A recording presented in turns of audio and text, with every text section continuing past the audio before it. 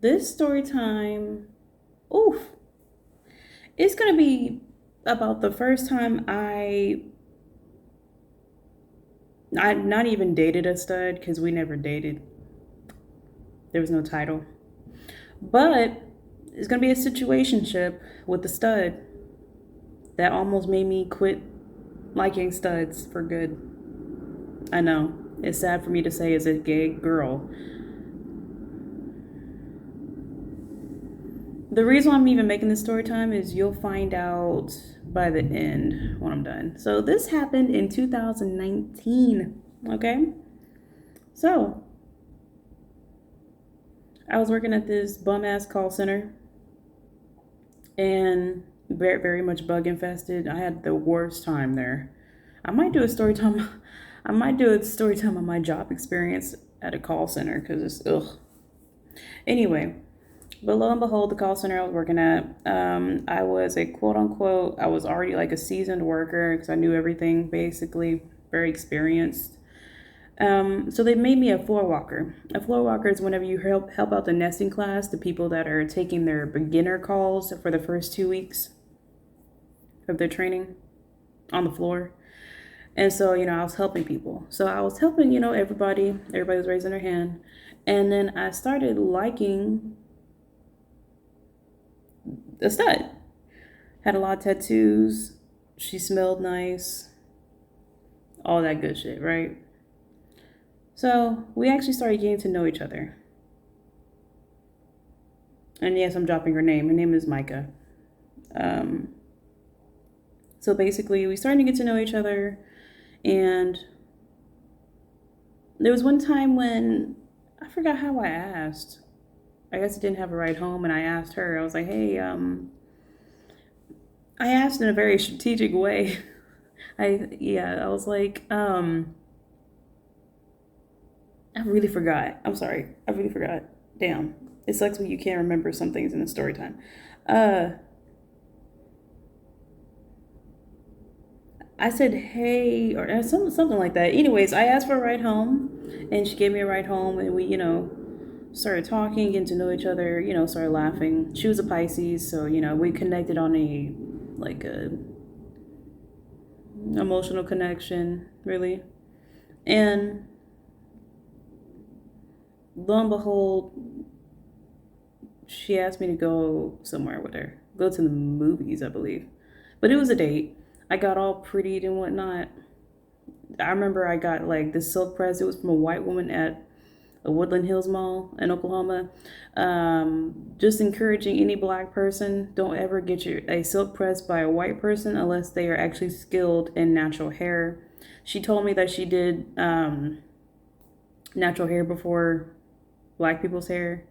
No, she didn't, because my silk press it was alright looking. It was just, it fell out really quickly like the next day. So yeah, just don't. So yeah, lo and behold, we went to a dinner. We had dinner. Um, on the border. I don't know if it's just an Oklahoma-based restaurant, but I'm gonna just say the name of the restaurant because it was a good restaurant. It was on the border. We had such a great time. Then went to see the movies. We went to see The Lion King in live action, not the cartoon version, of course. Cartoon version came out in the 90s. What am I talking about? Anyway, but yeah. So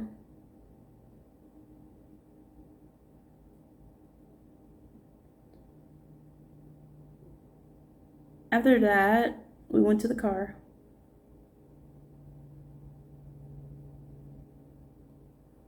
And we were like talking for hours. And then I think we ended up like,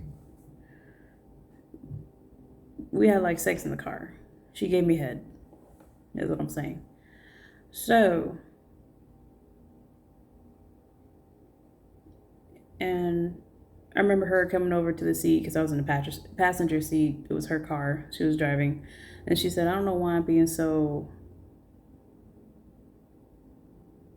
coy about it. I already know you like me. So she like pulled down the seat and like pushed me up on the seat so my legs could like spread and have enough. Because it was a small car. It was a Lexus. All right. So she ate my pussy, and that was it. That basically like solidified what we got going on. And let's just put it shit in perspective. I had a very low self-esteem, very insecure. All I wanted was a relationship. I just found it in the wrong places. So basically, after that, we started hanging out a lot more. I kept getting rides from her, like basically every night. We would, make out in the car, and it even got to the point where, we were, having sex every night in the car. And I would literally go home. I would literally go to work sore. Like my thighs, my legs would be sore. And I remember going home hella late and then trying to tell my mom that, I just got stuck on a call because she didn't know I was gay. So I couldn't really tell her, And it got to the point where I was staying the night at her crib. And then telling my mom, it's just a friend, whatever. And it got to the point where I found out, don't know how I found out, but I definitely found out that she had crippling depression.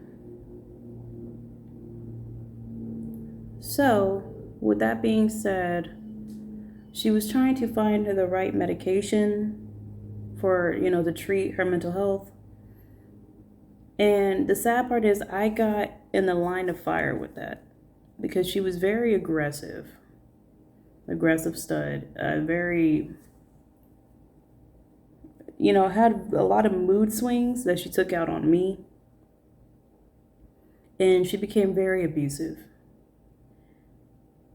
physically, emotionally, and verbally abusive. And I was so, like, I wanted to be with somebody so bad, I allowed it to happen. To this day, very proud of myself for changing. I'm proud of God, and I'm very happy that God gave me a second chance on that to get away, and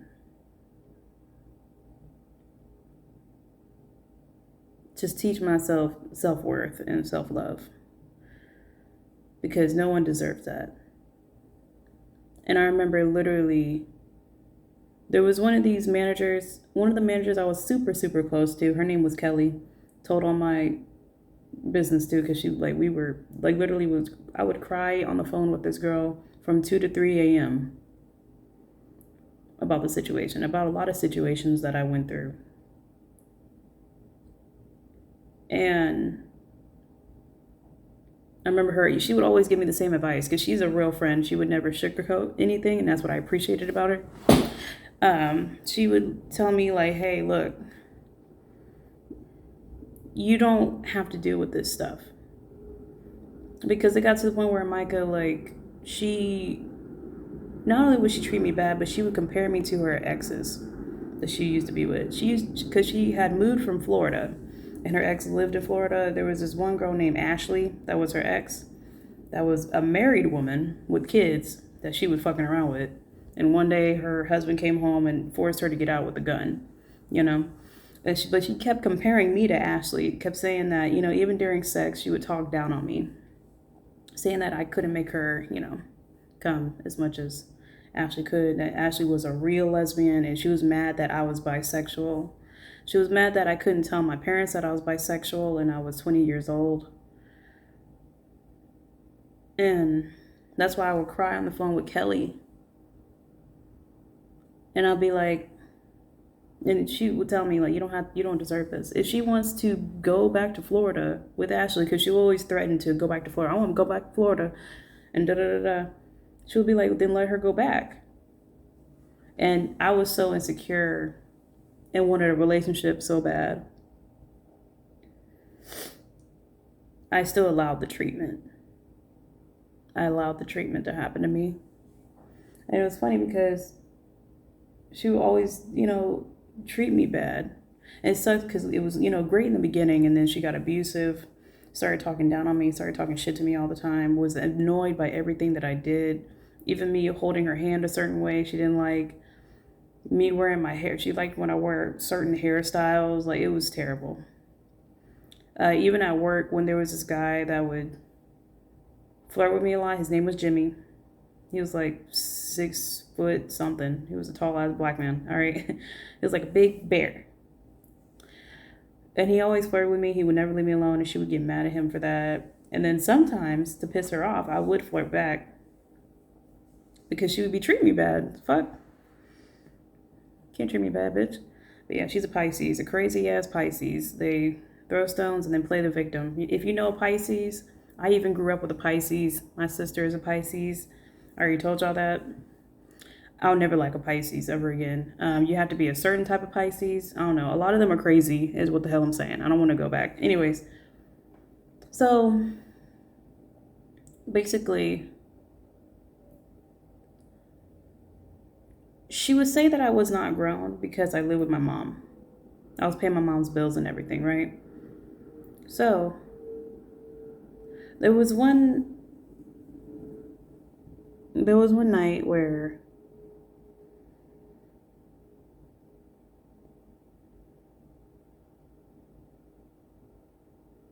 oh yeah, she was the reason why she was also the reason why I ate out every day. And I got so big with her. I ain't gonna lie. And it was not happy weight.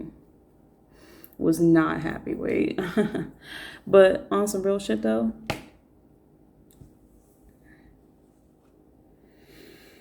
there was one night where me and my sister was not getting along, of course. My sister is a very evil person. Again, she's a Pisces. And they both had a lot of the same placements too. They both had Pisces Sun, Moon in Aquarius, and Venus in Aries. They were both impulsive buyers. Spent money on stupid shit, is what it means. And I'll even talk to her about that. And she'll be like, oh, I'm grown, it's my money, because she had a lot of money from the military, because she was a Navy vet. So she would just blow a lot of money. But then she said, oh, I'm good at saving. Anyways, but so lo and behold, I had a fight with my sister. Of course, my mom was sick. Didn't have nothing to do with it. She never defended me at all, but always wanted my money. Would let me get treated any kind of way by my own family. That's why I can't even trust my mom. She doesn't respect my boundaries. So yeah, I already did the story times about my family. So go check them out if you need to, so you can understand why I'm like this. But she was threatening to throw my shit out on the street. My sister was threatening to throw my stuff out on the street because my mom was sick and I wasn't home. And she said that my mom kept calling her. And the funny part is that my sister's apartment was literally at the back of us. And that's what I didn't like about my mom. She always played like she was broke with Ebony so she can get more money out of her, even though I already gave her money. But this time I didn't give her the $600 for the rent because I told her I wanted to leave. I've been saying that for months that I wanted to leave. She just did. She kept holding me back. She was the type of mother who was very controlling, didn't want her daughters to leave. But we all left eventually. As you see, I'm in my own apartment. So Micah was so pissed off by that because Ebony kept threatening me that she was like, okay, let's go over there. She was like, I really don't want you to be, I literally told her, I said, I don't want you to be in my drama. Because I can see how hype Micah was and I know how strong she is. And I know she would really hurt Ebony for real.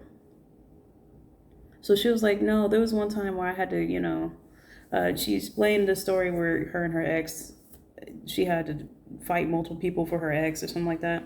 So basically, long story short, we went over there because I had to go get my shit.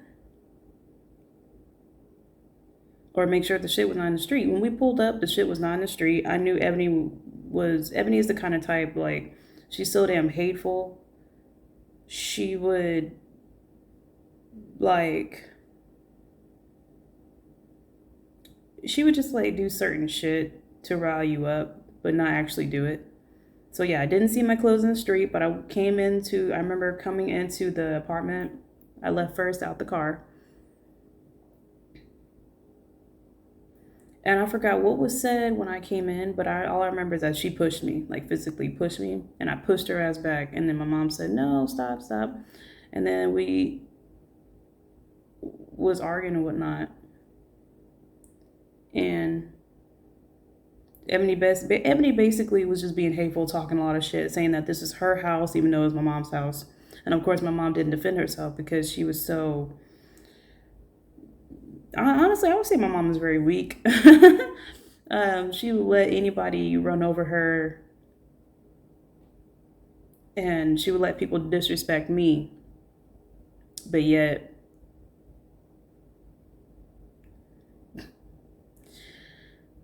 her own daughters would disrespect her and disrespect me, and she would let them treat me any kind of way.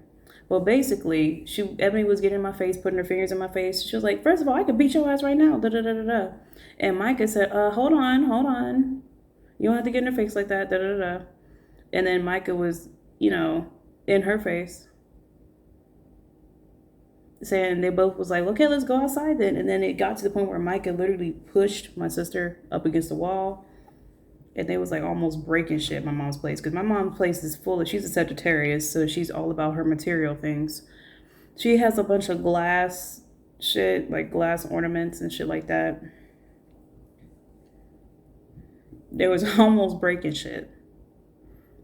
And I actually found out the next day that Ebony actually had a bruise on her rib because of the fight. Which it wasn't even a fight. She just pushed her, she just pushed her against the wall, just held both of her wrists. I think I forgot how it happened. Everything happened so damn fast. I remember my mom was trying to break them up, and I was so mad at my sister. Still, I was trying to push her outside because I was pissed. I was at that point where I wanted to jump her. I was serious. My sister is the most evil person on earth, I feel like, by how much she's treated me through my childhood all the way till she couldn't treat me like that anymore. So basically, they finally broke up, and my sister sat down and my mom laid down because she was, still sick. And this is what my sister did, because again, she's evil. She literally called the cops, and she said, "Well, I'm gonna blame everything on you." Talking about me.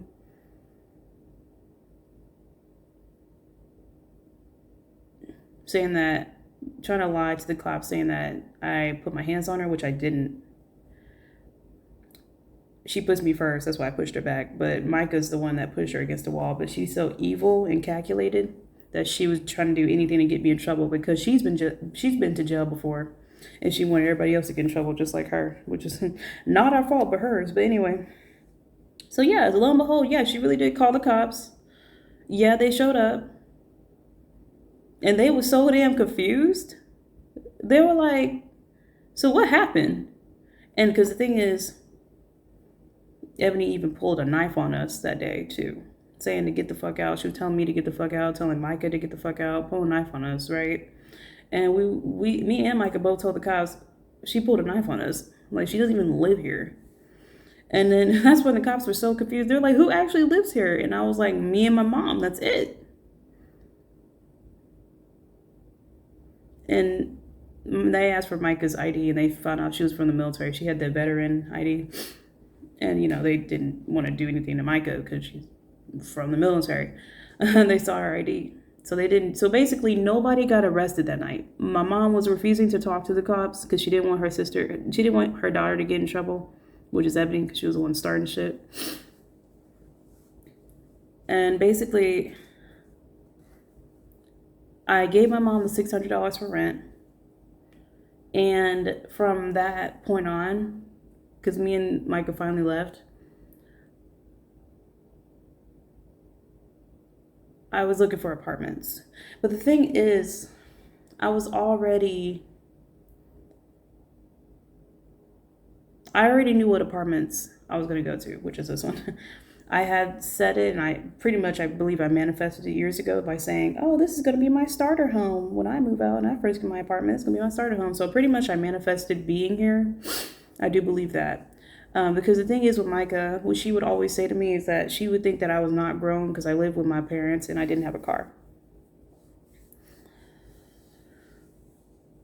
which would get to me a lot because, a lot of people said that shit about me, and I hate that shit. I'm an independent bitch, and I pay my mom's bills. That's why I didn't see anything wrong with it.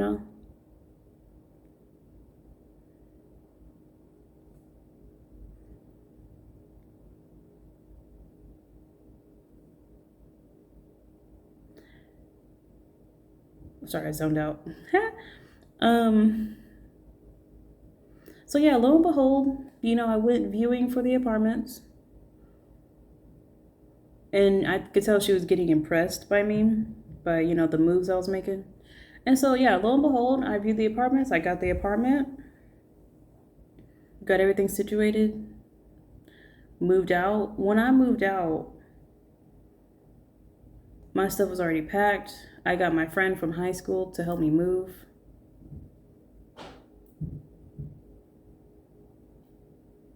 And I remember seeing how hurt my mom's face was. Like, I saw the hurt look on my mom's face.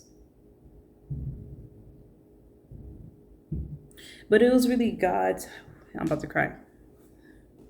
It was really God telling me that I had to go because of how much shit I've been through with this dumbass family. But how much shit that she put me through, how much shit she allowed to happen to me. Even though I was the one financially supporting her, I was the one that does the shit most for her. That shit hurt me. It hurt me a lot.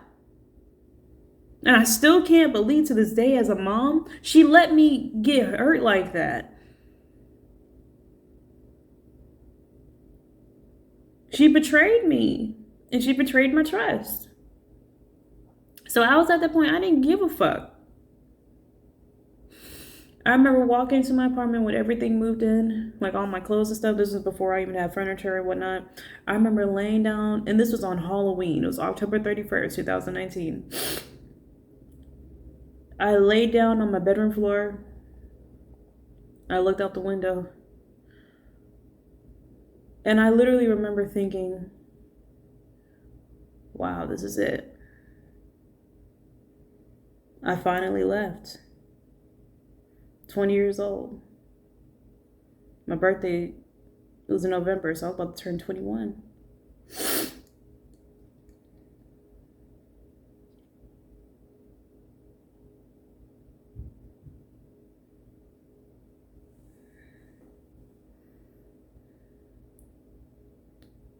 I just wish my mom protected me. I wish my mom stood up for me. I've been through a lot of shit, especially with that girl, Ebony. I've been through a lot of shit. My mom will still ask me to this day why I don't talk to my sister. That question pisses me off every fucking time. Because to her, family will always be family. But if your family does not treat you right, fuck them. That's how I feel. Especially if you have a family like mine, fuck all of them. Fuck them all.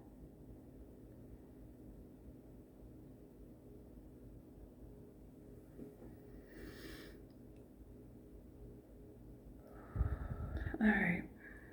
So, I remember Micah was trying to, come over and whatnot.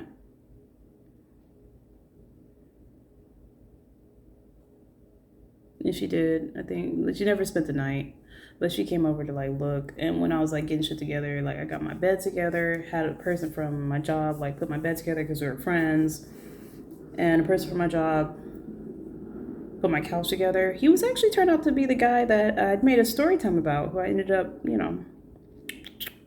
all right. The one with the fiance? Yeah, the one I lost my virginity to? Yup, that's the nigga. Anyway, so basically, the shit got so bad, and I feel like God was just telling me to leave her alone at that point, since I already got my shit. Everything got so bad. The last time I ever spoke to her was on my birthday, November 13th, 2019. She texted me. She said, "Happy birthday." I said, "Thank you." And that was it. last time I seen her. Because after that, I remember coming to work with a new hairstyle because I had took myself out for my birthday and like spoiled myself, like went to the mall, nails done, hair done, all that shit, right? I had these long braids. They're like going like that though, like cornrows in the back. They're like still long though, still long. I remember coming to work and I remember her putting in her 2 weeks because she had got hired at American Airlines. And I remember we did not say two words to each other. And she saw my hair. And she walked out after she signed the paper and she left. Never saw her again. What really triggered me to do this story time is that you know how that all happened in 2019, right? And it's 2022.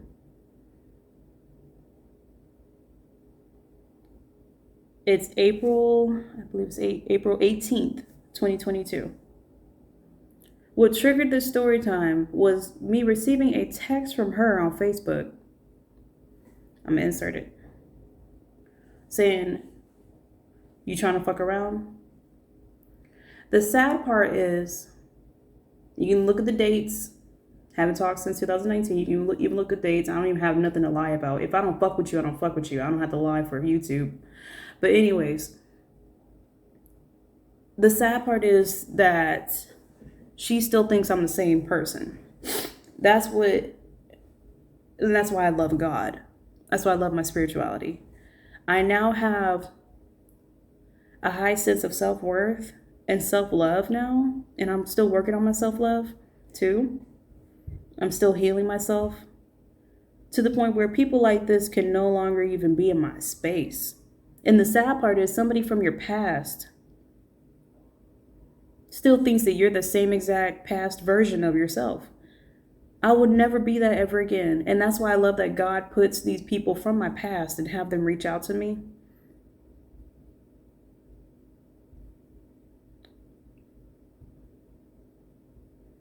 To show me, Pika, this is how much you've grown. This person used to break you. You used to let this person break you. But since you've been loving yourself and healing yourself, and you have such a high self-esteem now, you don't even look this person's way anymore. You don't even know this person anymore. They know the old version of you. They don't know you now. I didn't even text her back because there's no point. There's no point. I thank God, and I thank myself, really. I really thank myself for working hard on myself, for loving myself. I do. Lo and behold, I might not date a Pisces ever again, but it's so sad that I used to not want to date studs after that. Because I've then seen studs as very aggressive because of what I've been through with that. And mind you, this lasted from June all the way to November, so it was about 6 months, roughly. All I gotta say is I'm proud of myself for changing. And finally seeing that I don't deserve this treatment from nobody. I don't ever want to fuck around and see where this thing goes ever again. I'm a bitch that is wifey material, so I deserve a title. I deserve to be somebody's girlfriend, somebody's wife, somebody's spouse, significant other, sharing mutual love. That's what I deserve.